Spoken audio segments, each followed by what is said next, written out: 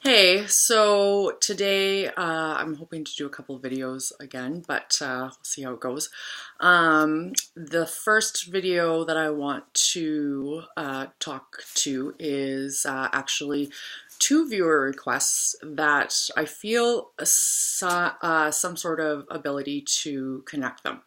The first one was by Chioma Agbar Raji, and I apologize again if I mix up your name.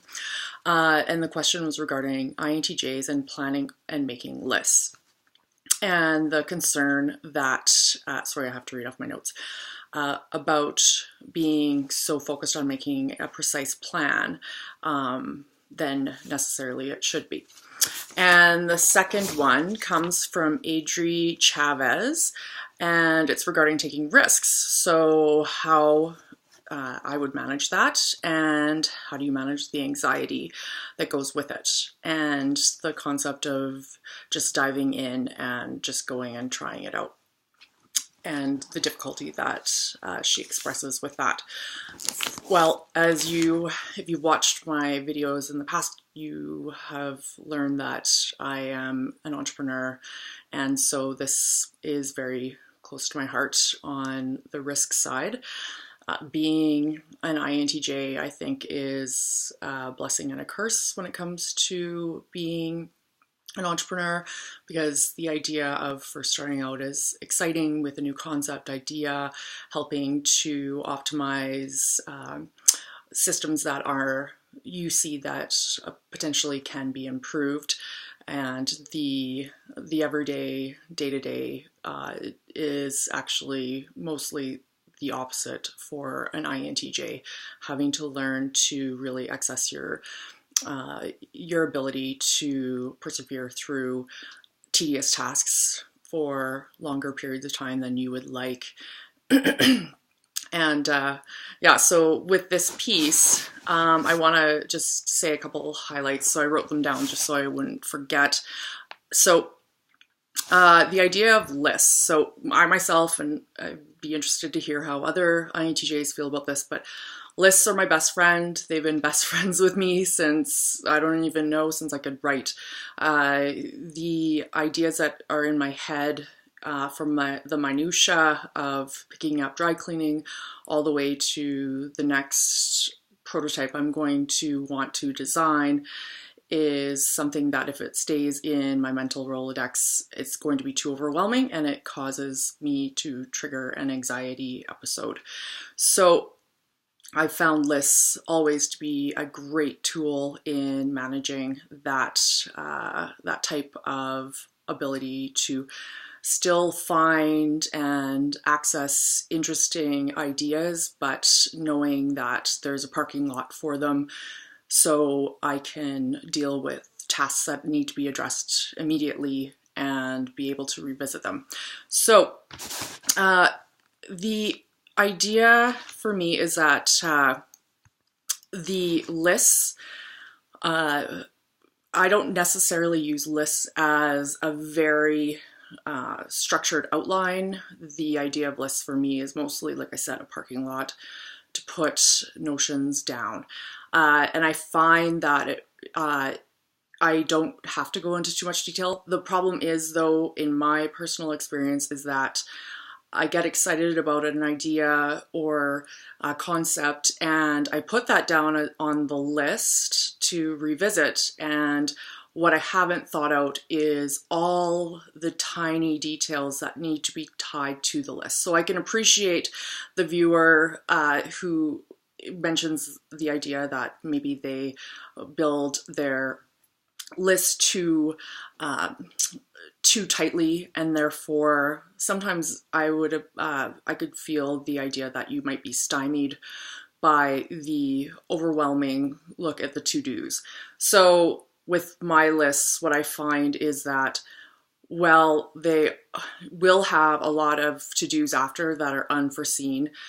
If I knew the unforeseen, I might not be motivated to actually go and tackle them.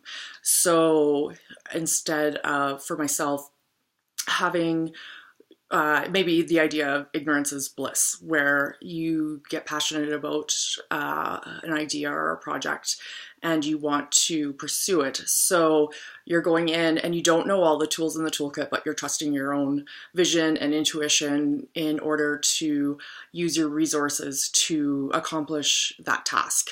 And that speaks to the next step of this topic, where the risk component comes in. So risk is exactly that, risk. It is not comfortable. It is exciting. It is frustrating.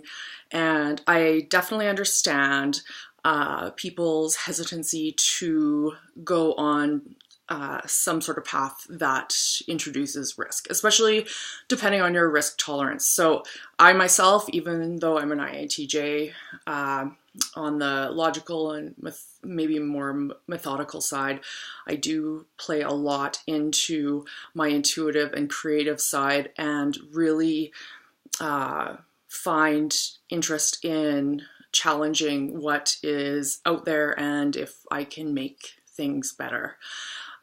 With that, it took me a long time to have the internal self-awareness and self-confidence that the ideas and concepts that I'm putting forward are actually valid or worthy in the larger social system. And that was a big hurdle for me. So in the past, I mean, this could be even 2 years ago, I wouldn't have been in this situation of diving into my own entrepreneur endeavor.